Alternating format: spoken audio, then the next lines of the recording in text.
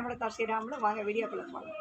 இன்றைக்கி என்ன வீடியோ போட போகிறேன்னா, அதை பாருங்கள், எங்கள் செம்பருத்தி செடியில் நிறைய பூ பூத்துருக்கு. இப்போ நானும் இந்த பையனுக்கு போய் ஓடி போய் பெருக்க போகிறோம். வாங்க நல்ல மரம் வா, எடு பின்னால் போகும்போது எடு. சிக்கனை போய் ஒரு போஸ்ட் கொடுத்துட்டு அதுக்கப்புறம் பெருக்கலாம். அப்படியே நின்று போயிட்டு தெரியுதா? கீழே போகுது. பாருங்களே, தெரியுதா? வாயாண்டா நீ இப்படியே வாமா நீயா. அழகாக தெரியுதா பூ தெரியுதா?